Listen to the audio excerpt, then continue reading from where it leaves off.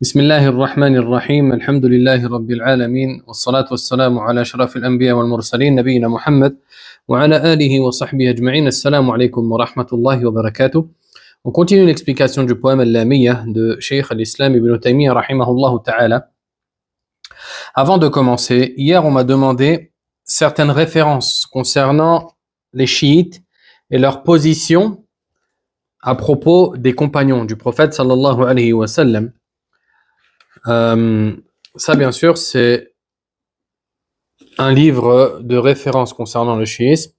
Usul Madhab al-Shi'a, al-Imami al-Athna Ashariya, du docteur, le professeur Nasir al-Qifari, hafidahullah ta'ala. Il faut savoir, premièrement, que les chiites considèrent que tous les musulmans, tous les compagnons, après le prophète sallallahu alayhi wa sallam, ont mécru. Hormis 3, et d'autres ont dit 7. Mais sinon, tous les compagnons du prophète sallallahu alayhi wa sallam, d'après eux, ont mécru. Et bien sûr, je vous ai dit hier que les chiites, dès son origine, le chiisme est apparu par hostilité. Ainsi donc, il ne faut pas s'étonner de tous les mensonges qu'ils vont proférer contre l'islam et les musulmans. Et bien sûr, ce n'est pas un sujet caché que cette accusation qu'ils portent contre les compagnons du prophète sallallahu alayhi wa sallam. Dans tous leurs livres de référence, ça y est cité de manière très claire. Par exemple, leur livre de référence, Al-Kafi, d'accord, d'Al-Kulayni, ça c'est un livre de référence, semblable à Al-Bukhari, à Sahih Al-Bukhari chez les musulmans. Rijal al-Kashi, pareil. On a aussi Tafsir al-Ayyashi. Tous ces livres-là de référence, vous allez trouver dedans le fait qu'ils accusent les compagnons du prophète sallam d'avoir tous apostasié après sa mort sallallahu alayhi wa sallam. Et bien sûr, ça c'est un mensonge énorme. Parmi les paroles aussi que l'on peut retrouver dedans, il y a par exemple la parole de leur grand cheikh al-Majlisi, qui a dit dans son livre Biharul Anwar, il a intitulé un chapitre de la manière suivante: la mécréance des trois ainsi que leur hypocrisie et leurs actes abjects. Bien sûr, les trois dont il est question, c'est Abu Bakr, Omar et Uthman radiyallahu anhum. Al-Bahrani, c'est un autre de leurs savants, a dit, lui, dans son livre Ma'alim al-Zulfa, il a intitulé un chapitre de la manière suivante. Il a dit, chapitre 97, les deux qui ont spolié la gouvernance à l'émir des croyants, et l'émir des croyants c'est Ali radiyallahu anhu, ont comme péché les péchés semblables à toute la communauté jusqu'à la fin des temps. Ensuite, il a dit, chapitre 98, Iblis, Shaitan, Iblis aura une place en enfer plus haute que ces deux. C'est-à-dire que Abu Bakr et Omar. Et les paroles sont extrêmement nombreuses, je ne peux pas tout évoquer. Je vous avais dit aussi que ils invitent les gens à maudire jour et nuit Abu Bakr, Omar, Uthman, Muawiyah radiyallahu anhum, Aisha radiyallahu anha, etc. Par exemple, leur cheikh al-Majlisi a dit, وَمِمَّا عُدَّ مِنْ ضَرُورِيَّةِ دِينِ الْإِمَامِيَّةِ, et parmi les choses que l'on a comptées comme étant des fondements, l'un des fondements des imamites, de la religion des imamites, il a évoqué plusieurs choses, et ensuite il dit, et le désaveu, le fait de se désavouer d'Abu Bakr, de Omar, de Uthman et de Muawiyah. Ça, il l'a évoqué dans son livre Al-I'tiqadat. Parmi les exemples aussi, on a ce que Al-Hurr al-Amili a évoqué. Il a dit, chapitre, le caractère préférable de maudire les ennemis de la religion après chaque prière et de les maudire en citant leur nom. طيب. Parmi les exemples aussi, et ça c'est le dernier qu'on prendra, il y a une longue invocation qu'ils ont considérée comme étant recommandée de dire à la fin de chaque prière. L'invocation, bien sûr, je ne vais pas vous la lire entièrement, parce qu'elle fait plus de 10 lignes, mais il y a dedans ce qui suit. Il dit, ô Allah, multiplie ta malédiction, ta dureté et ton châtiment contre les deux, Abu Bakr et Omar, contre les deux qui ont renié tes bienfaits et qui ont fait peur à ton messager. Ici, il parle de qui? Le messager en question, c'est Ali radiyallahu anhu. Ensuite, à la fin, il dit, ô Allah, maudis-les, et ô Allah, maudis ceux qui ont choisi ou qui ont adopté leur avis et qui les ont suivis ou qui ont appelé à leur gouvernance, ou toute personne qui a douté de leur mécréance, parmi les premiers et les derniers. Et ça, ça c'est la référence, c'est Mustadrak al-Wasa'il. Mustadrak al-Wasa'il de leur cheikh al-Nouri al-Tabarsi. طيب. Ainsi, ne vous faites pas avoir par la belle apparence que pourra avoir un chiite. Et je vous ai dit aujourd'hui, ils sont de plus en plus répandus sur les réseaux sociaux et en langue française, ce qui n'était pas le cas il y a quelques années en arrière. Quoi qu'il en soit, on continue l'explication du poème Al-Lamiyya. On s'était arrêté sur la parole du shir. Ainsi, j'affirme véritablement tous les versets concernant les attributs, comme cela a été transmis par les premiers. L'auteur continue à évoquer sa croyance concernant les attributs d'Allah subhanahu wa ta'ala. Et il nous dit que la référence à laquelle il se fie, c'est ce qui a été transmis par les premières générations. Et à leur tête, les compagnons du prophète sallallahu alayhi wa sallam, qui ont hérité ces textes du prophète lui-même sallallahu alayhi wa sallam. Ainsi, il n'y a pas moyen de rejeter ces textes à partir du moment où ils sont authentiques. Car rejeter ces textes-là, c'est rejeter une partie de l'islam. طيب.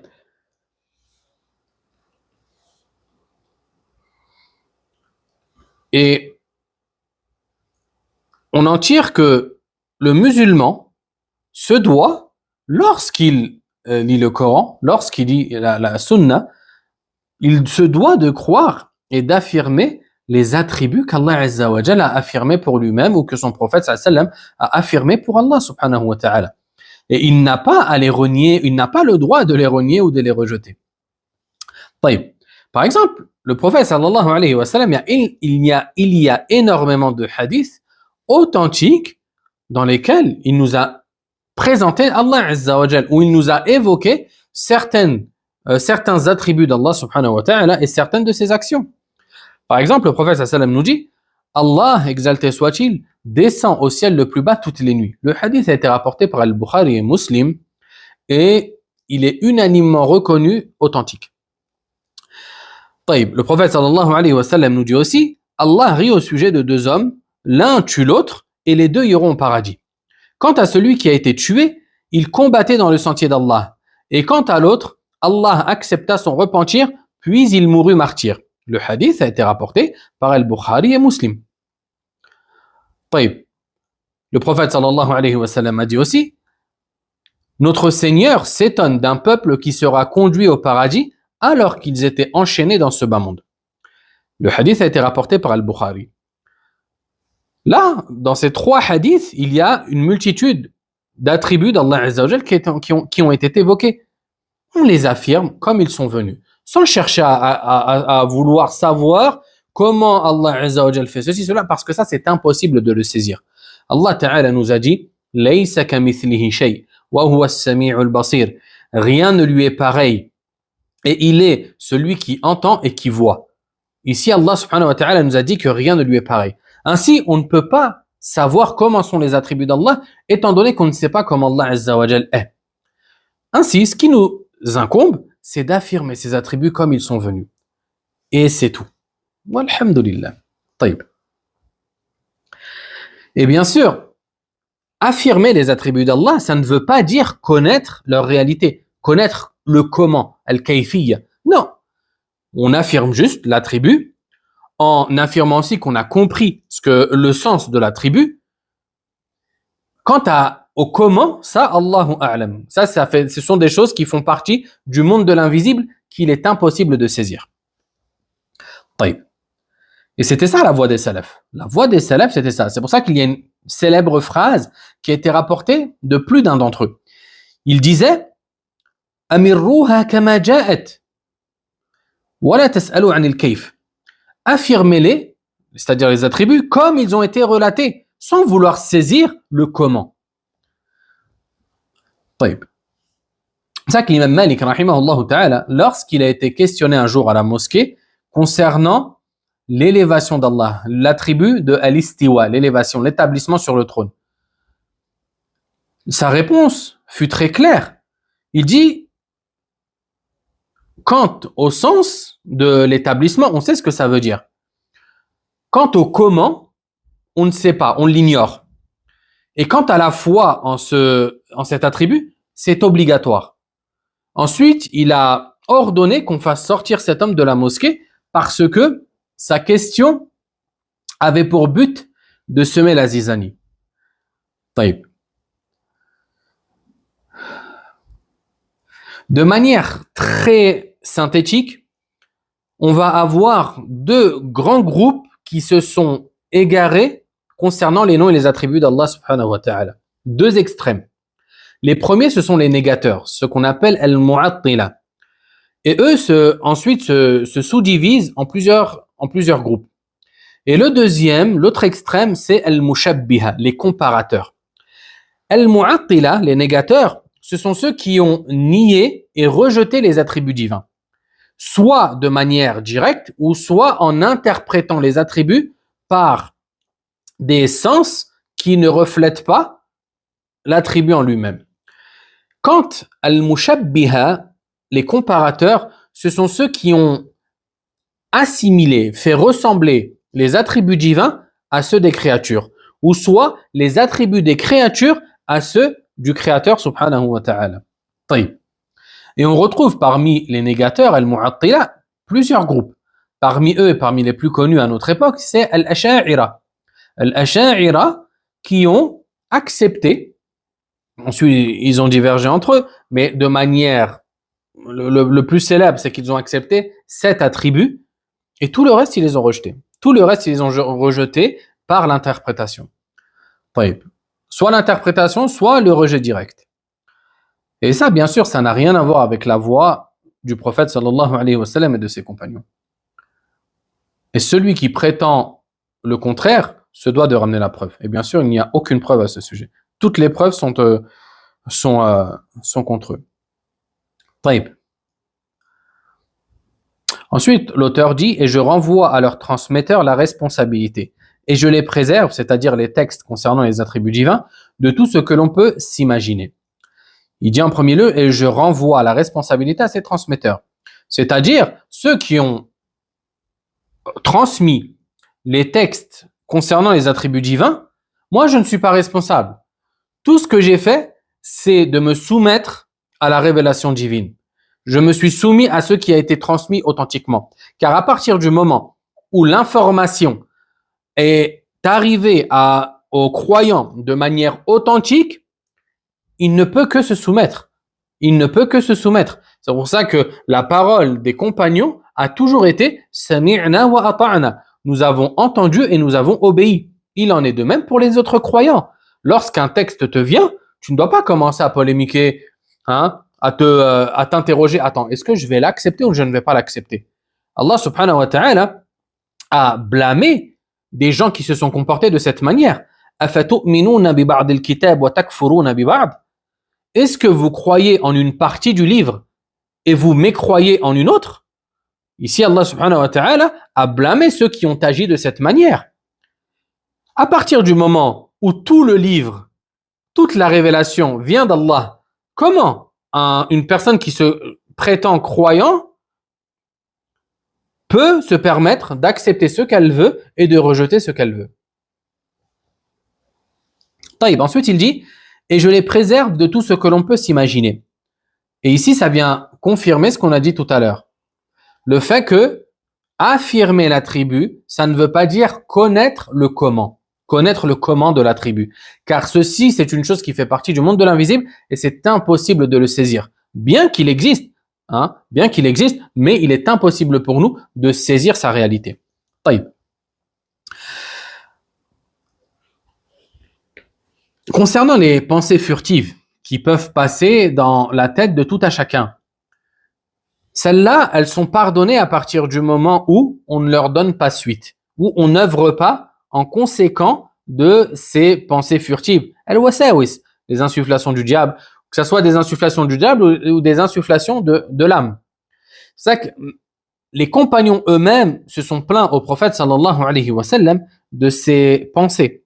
Un jour, ils sont allés voir le prophète sallallahu alayhi wa sallam en lui disant « Ô messager d'Allah, l'un d'entre nous voit apparaître en lui ce que la langue ne peut décrire de par sa gravité et son immensité. » Le prophète sallallahu alayhi wa sallam leur répondit « Avez-vous vraiment trouvé cela en vous ?» « Oui, dirent-ils. » Et le prophète sallallahu alayhi wa sallam de dire « Ceci est certes la véritable foi. » Le hadith a été rapporté par Muslim. Ceci est certes la véritable foi parce que seul un croyant rejette ses pensées abjectes et considère ses pensées qu'il a sur Allah Azza wa Jal, sur le prophète sallallahu alayhi wa sallam, etc., comme étant abjectes et au point qu'il est impossible de les prononcer de par leur immensité. Et regardez, subhanallah, ici, on voit que les compagnons, ils sont venus avec une forme d'inquiétude. Ils se sentaient mal de ce qu'ils ressentaient en eux.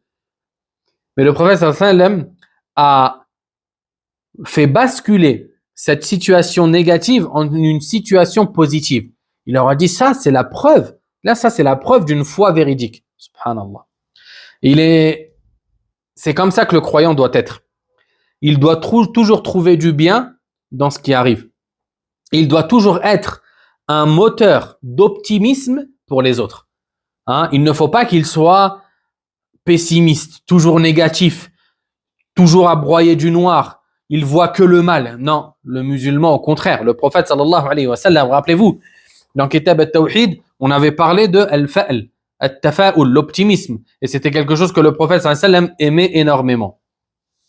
Taïb.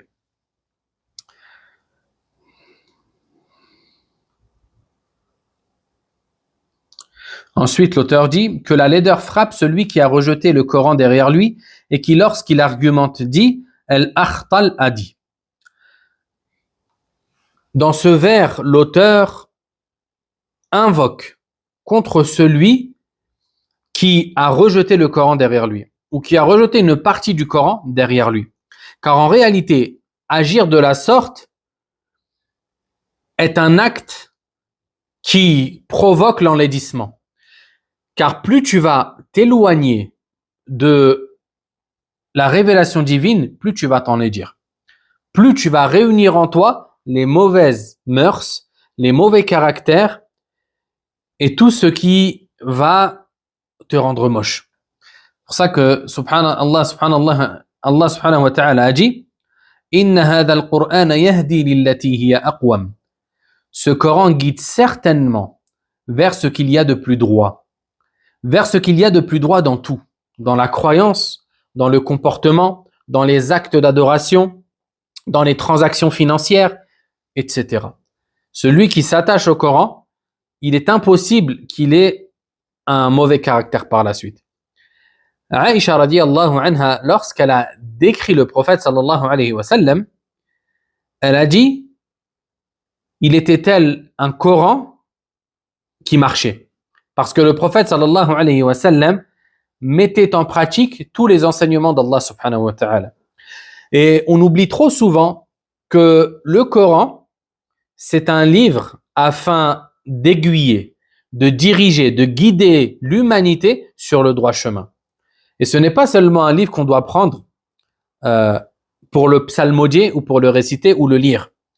Mais lorsque tu ouvres ton mushaf, lorsque tu ouvres ton Coran, et toujours cette intention de rechercher la guider, de rechercher à comment je vais m'améliorer, comment à travers le Coran je peux rechercher la guidée et le droit chemin. Et tu verras que agir de la sorte va te pousser à te concentrer davantage sur les sens du Coran, ce qui va te permettre de mieux le comprendre et de mieux l'appliquer dans ta vie de tous les jours. L'auteur dit, et qui lorsqu'il argumente, dit Al-Akhtal a dit. Al-Akhtal, c'était un poète chrétien qui a un vers que certains groupes parmi les sectes musulmanes se sont appuyés dessus afin d'argumenter leur point dogmatique. Ce vers est le suivant. Il dit, certes, la parole véritable est ce qui dans les cœurs se dit, et la langue n'a de rôle que d'exprimer les paroles de celui-ci. Al-Asha'ira, par exemple, ainsi que Al-Mu'tazila, se sont appuyés sur ce vers afin d'affirmer que la réelle parole, la véritable parole, ce n'est pas ce que tu prononces avec ta langue, mais c'est ce que tu te dis dans ton fort intérieur. Bien sûr, cela est rejeté parce que en langue arabe, la langue du Coran, les paroles qu'on se dit à l'intérieur ne sont pas considérées comme des paroles. La parole, c'est ce qui est formulé à travers des sons et des lettres.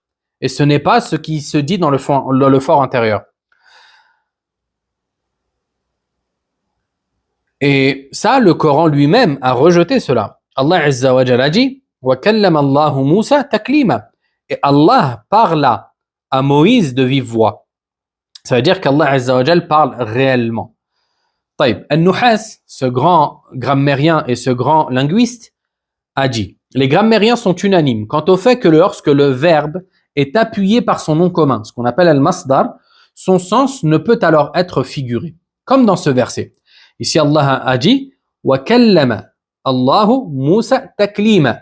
Le verbe, c'est kallama, parler, qui a été appuyé par son nom commun, le masdar, taklima, ce qui signifie qu'Allah a réellement parlé à Moïse, et ce n'est pas un sens figuré.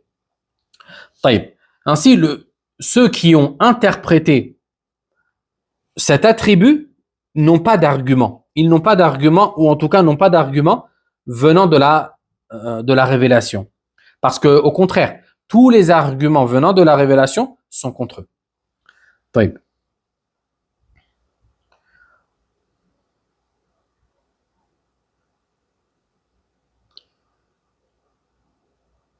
Et ce qui se passe en nous, on n'appelle pas ça des paroles.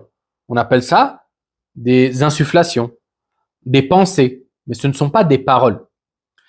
Le prophète sallallahu alayhi wa sallam a dit, Allah a pardonné à ma communauté ce que leur âme leur insuffle, tant qu'ils ne les prononcent pas ou n'œuvrent avec.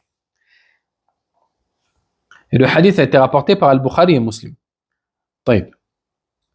Ensuite, l'auteur dit, les croyants verront véritablement leur Seigneur, et au ciel le plus bas, sans que nous sachions comment il descend. L'auteur va aborder ici le sujet de la vision que les croyants auront de leur Seigneur dans l'au-delà.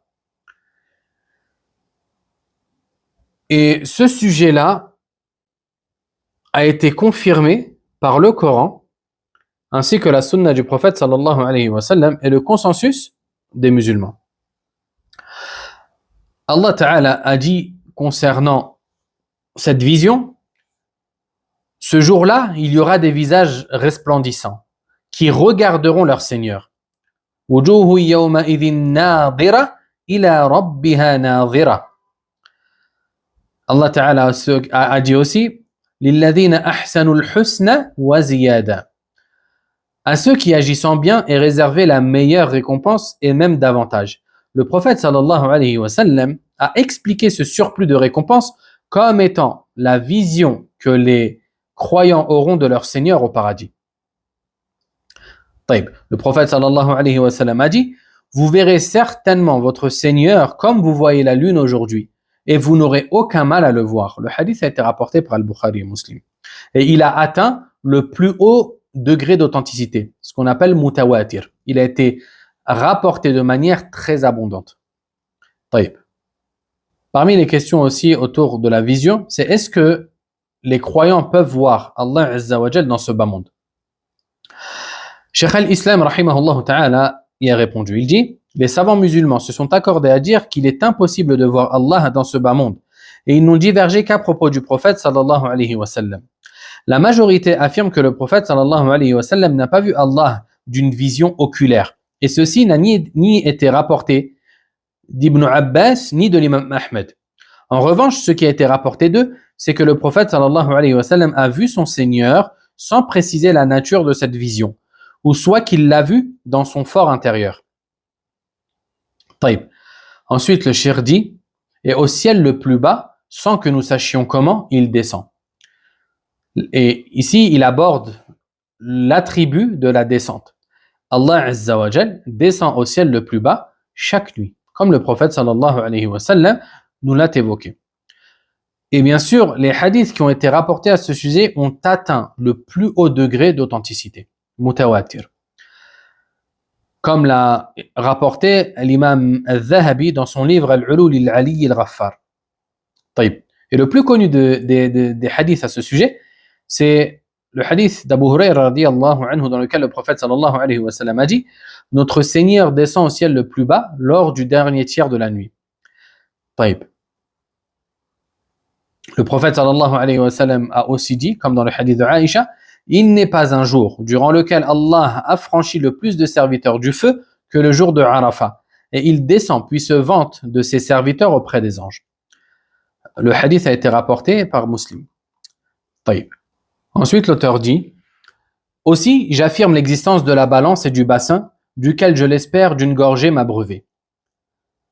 L'auteur va à présent évoquer des sujets en lien avec la foi au jour dernier, avec la foi au jour de la résurrection. Il s'agit là de deux sujets. Le premier, c'est la balance, et le second, c'est le bassin. La balance, c'est l'outil avec lequel les œuvres sont pesées.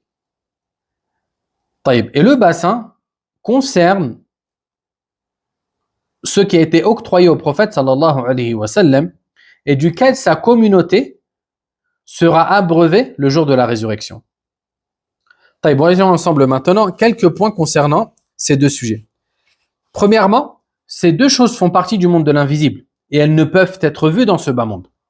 Deuxièmement, l'existence du bassin, de la balance, a été confirmée par le Coran, la Sunna ainsi que l'unanimité de la communauté.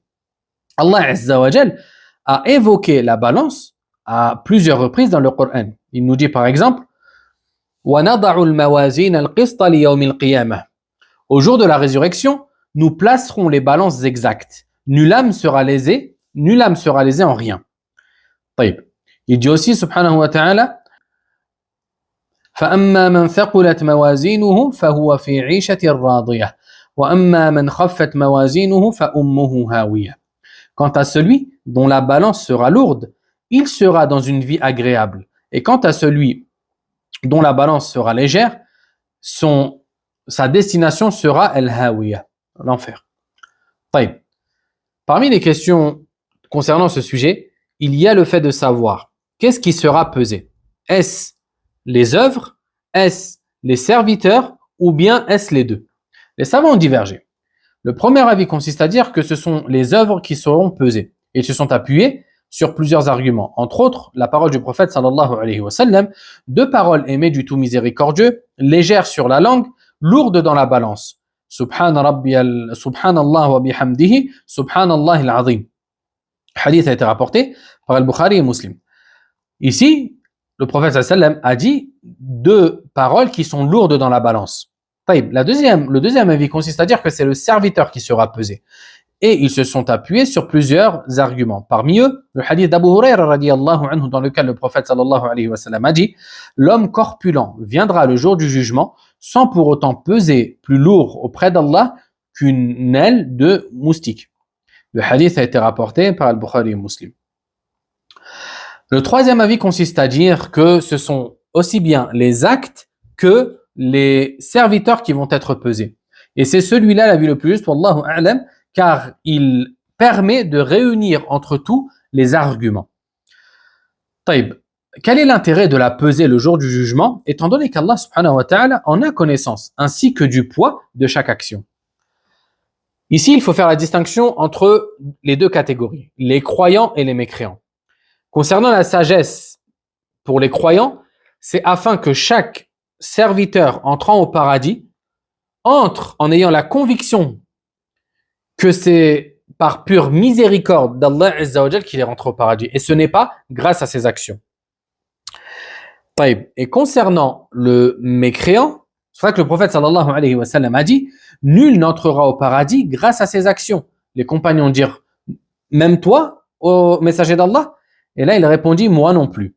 J'entrerai au paradis seulement si Allah me couvre de sa miséricorde et de ses bienfaits.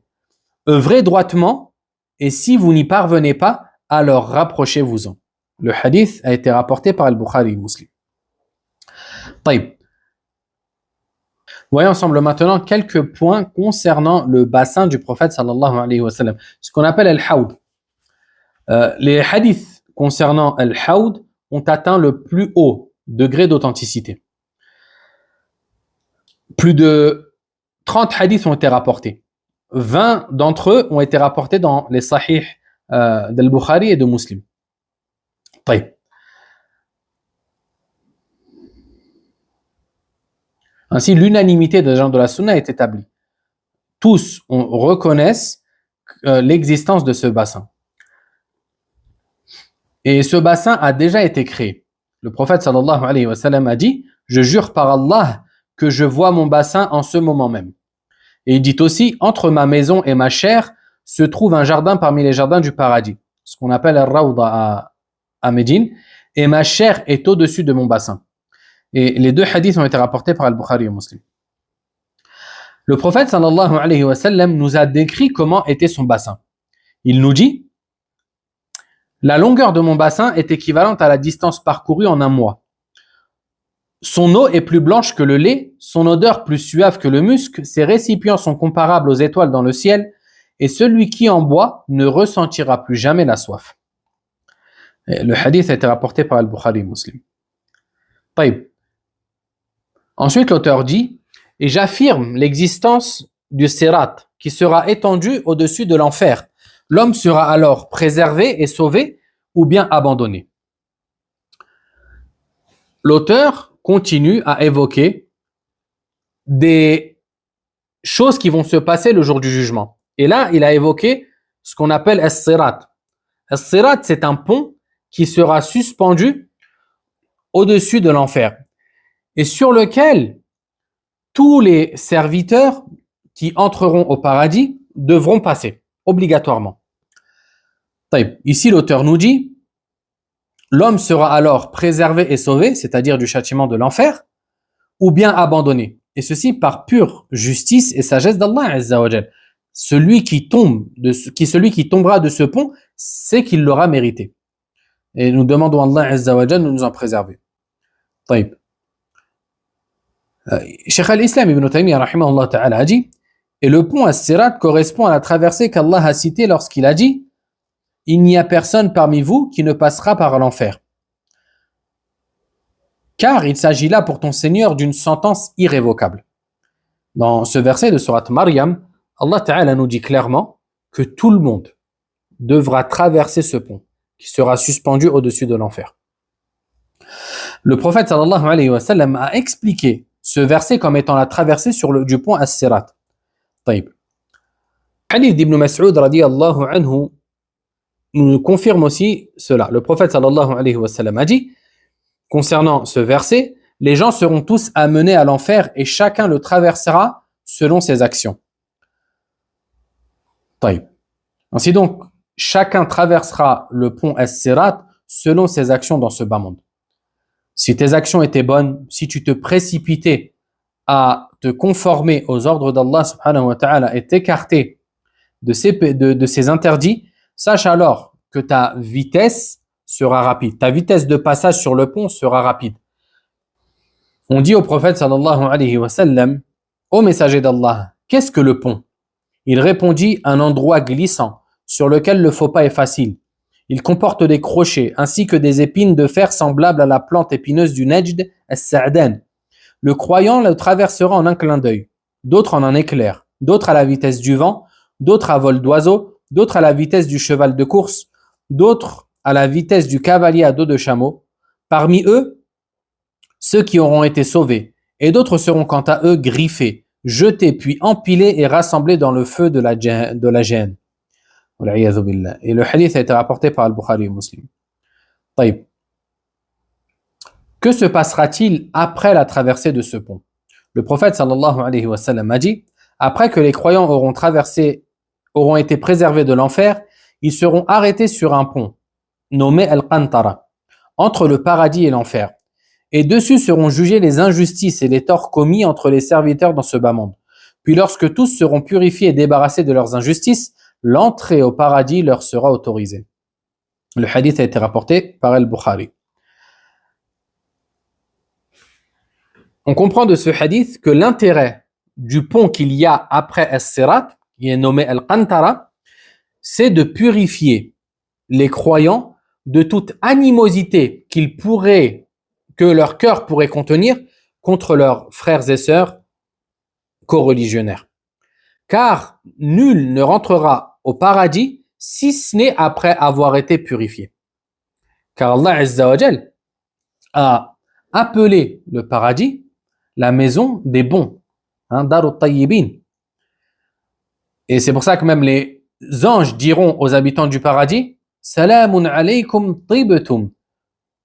Paix à vous, vous étiez bons. Tibtum, vous étiez bons. Fadkhuluha khalidin. Entrez-y donc éternellement. Qu'Allah Azza wa Jal nous compte parmi eux. طيب. Plusieurs récits sont venus nous faire la description du pont As-Sirat. Il y a 3 récits principaux de 3 compagnons différents. Le premier, c'est de Abu Sa'id al-Khudri qui dit: j'ai été informé que le pont est plus fin qu'un cheveu et plus tranchant qu'une épée. Ensuite, on a le récit d'Ibn Mas'ud radiyallahu anhu qui a dit: As-Sirat est glissant et il est plus tranchant qu'une épée. Le faux pas dessus est facile. Ensuite, on a le récit de Salman al-Farisi radiyallahu anhu qui a dit: As-Sirat sera étendu et sera aussi tranchant qu'un rasoir. طيب. Et la description de ces compagnons ne peut provenir que du prophète sallallahu alayhi wa sallam, car c'est un sujet qui concerne le monde de l'invisible. Et les sujets qui concernent le monde de l'invisible, il n'est pas permis d'en parler sans science et d'en parler de manière en fournissant un effort de réflexion. طيب. Ensuite, l'auteur dit: par sagesse, le malheureux brûlera dans le feu, et par sagesse, dans les jardins, résidera le pieux. À travers ce vers, l'auteur va aborder le sujet du paradis et de l'enfer. Et ça, bien sûr, le paradis et l'enfer, c'est quelque chose qui est reconnu par tous les musulmans, et même par les autres religions qui, à la base, étaient monothéistes, les juifs et les chrétiens.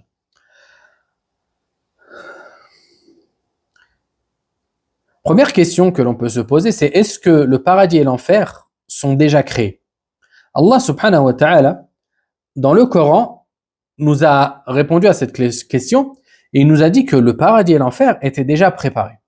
Par exemple, Allah ta'ala nous dit: وَسَارِعُوا إِلَى مَغْفِرَةٍ مِّن رَبِّكُمْ وَجَنَّةٍ عَرْضُهَا السَّمَاوَاتُ وَالْأَرْضُ أُعِدَّتْ لِلْمُتَّقِينَ.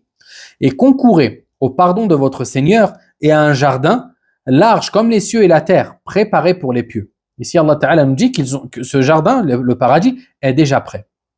Allah ta'ala dit concernant l'enfer: فَإِن لَمْ تَفْعَلُوا وَلَمْ تَفْعَلُوا فَاتَّقُوا النَّارَ الَّتِي وَقُودُهَا النَّاسُ وَالْحِجَارَةُ أُعِدَّتْ لِلْكَافِرِينَ. Si vous n'y parvenez pas, et à coup sûr vous n'y parviendrez pas, parez-vous donc contre le feu qu'alimenteront les hommes et les pierres, lequel est réservé, préparé aux infidèles. Allah Ta'ala dit aussi: النَّارُ يُعْرَضُونَ عَلَيْهَا غُدُوًّا وَعَشِيًّا وَيَوْمَ تَقُومُ السَّاعَةُ أَدْخِلُوا آلَ فِرْعَوْنَ أَشَدَّ الْعَذَابِ. Le feu auquel ils sont exposés matin et soir. Ici, Allah Ta'ala nous dit que Pharaon ainsi que ceux qui l'ont suivi sont déjà exposés matin et soir au feu. Ce qui prouve que le feu, l'enfer est déjà prêt. Et concernant les hadiths, ils sont nombreux aussi. Le prophète sallallahu alayhi wa sallam a dit par exemple, on m'a fait voir l'enfer et je n'ai jamais vu une chose aussi effrayante. Le hadith a été rapporté par Al-Bukhari et Muslim. Le prophète sallallahu alayhi wa sallam dit aussi, j'ai vu Amr ibn Amir ibn Luhay al-Khuza'i traîner ses entrailles en enfer. Le hadith a été rapporté par Al-Bukhari et Muslim. طيب. Est-ce que le paradis et l'enfer sont éternels ou bien cesseront-ils un jour? Il y a 3 avis sur la question. Le premier consiste à dire que le paradis et l'enfer sont éternels et qu'ils ne disparaîtront jamais, et ça c'est l'avis de la majorité de la communauté musulmane. طيب. Le deuxième avis consiste à dire que seul l'enfer disparaîtra. Que seul l'enfer disparaîtra. Et ça a été rapporté de certains salafs et certains contemporains. Et le troisième avis consiste à dire à ne pas se prononcer quant à la disparition de l'enfer. Et cet avis, Ibn al-Qayyim rahimahullah a penché vers lui, a penché vers cet avis-là, et c'est l'avis aussi du Cheikh Abdrazaq Afifi rahimahumullah. On comprend que les savants sont unanimes quant au fait que le paradis ne disparaîtra jamais, il est éternel. Et ensuite, ils ont divergé concernant la disparition de l'enfer. Est-ce que l'enfer disparaîtra ou pas? Et l'avis le plus proche, wallahu a'lam, c'est que le paradis et l'enfer sont éternels. Le cheikh Mohammed Al-Amin Al-Shanqiti rahimahullah ta'ala a écrit à ce sujet et il a recensé une 50aine de versets prouvant l'éternité de l'enfer. Ensuite, l'auteur dit, tout vivant doué de raison, dans sa tombe aura ses actions pour compagnie et sera questionné. À présent, l'auteur va nous évoquer ce qui se passera pour l'être humain lorsqu'il sera dans sa tombe. Il s'agit du châtiment, de la tombe et de ses délices, ainsi que de l'interrogatoire. طيب. Allah subhanahu wa ta'ala a dit le feu auquel ils sont exposés matin et soir. Et Allah subhanahu wa ta'ala, dans ce verset, il parle de Pharaon et de ceux qui l'ont suivi. Allah ta'ala nous dit que ils sont à présent châtiés dans leur tombe. Qu'ils sont à présent châtiés dans leur tombe par ce feu. طيب.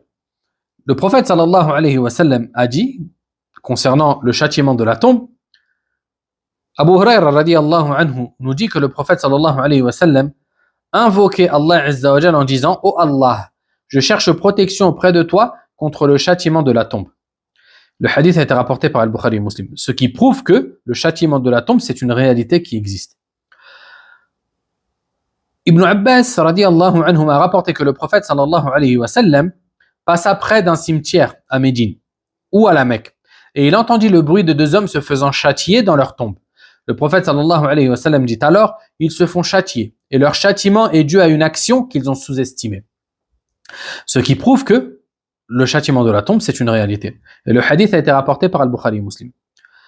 Ibn Taymiyyah rahimahullah ta'ala a dit, la position des salafs concernant le défunt dans sa tombe est qu'il est soit dans des délices, soit qu'il est châtié. Soit le mort, une fois qu'il est enterré, sera châtié, soit il sera dans des délices et des plaisirs jusqu'au jour du jugement. Voyons ensemble maintenant plusieurs points concernant la tombe. Premièrement, l'affirmation de l'existence de l'interrogatoire qui aura lieu dans la tombe. En effet, toute personne chargée d'œuvrer, responsable, ce qu'on appelle en arabe al-mukallaf, sera questionnée dans sa tombe, interrogée dans sa tombe. Et les 3 questions connues. Qui est ton Seigneur? Quelle est ta religion? Et qui est ton prophète? Les questionneurs seront 2 anges qui sont appelés Munkar et Nakir. طيب. Ensuite, l'auteur dit, ceci est la croyance des Shafi'i, de Malik, d'Abu Hanifa et d'Ahmed qui nous a été transmise. C'est-à-dire que tout ce qui a été cité précédemment, concernant les points dogmatiques, est la croyance que partageaient les 4 imams. Et qui nous a été transmise. Bienheureux, ensuite il dit, bienheureux sera celui qui suit leur voie et nul secoureur pour celui qui innovera. Et ça, c'est le dernier vers par lequel l'auteur a clôturé sa poésie. Il nous dit que si tu veux la félicité, si tu veux le bonheur dans ce bas monde et dans l'au-delà, il te suffit de suivre leur voie. Parce que leur voie est basée et repose sur la révélation d'Allah subhanahu wa ta'ala, le Coran ainsi que la tradition prophétique. Si tu veux le droit chemin, il est devant toi. Le prophète sallallahu alayhi wa sallam a dit: toute ma communauté entrera au paradis, hormis ceux qui s'y refusent. Les compagnons dirent: mais qui donc s'y refuse au messager d'Allah? Il répondit sallallahu alayhi wa sallam: quiconque m'obéit entrera au paradis, et quiconque me désobéit aura certes refusé. Le hadith a été rapporté par Al-Bukhari et Muslim. Ainsi, la voie est claire, elle est devant nous. Celui qui veut le bien, toutes les causes lui sont facilitées. Et celui qui veut le mal ne pourra par la suite ne s'en prendre qu'à lui-même. Demandons à Allah Azza wa Jal de nous guider sur le droit chemin et de nous accorder une bonne fin. Demandons à Allah Azza wa Jal de nous guider sur le droit chemin et de nous accorder une science utile. Alhamdulillah, on a fini l'explication de ce poème. Nous demandons à Allah Azza wa Jal de le rendre bénéfique pour tous et nous demandons à Allah subhanahu wa ta'ala de nous accorder une science bénéfique. سبحانك اللهم بحمدك أشهد أن لا إله إلا أنت أستغفرك وأتوب إليك والسلام عليكم ورحمة الله وبركاته.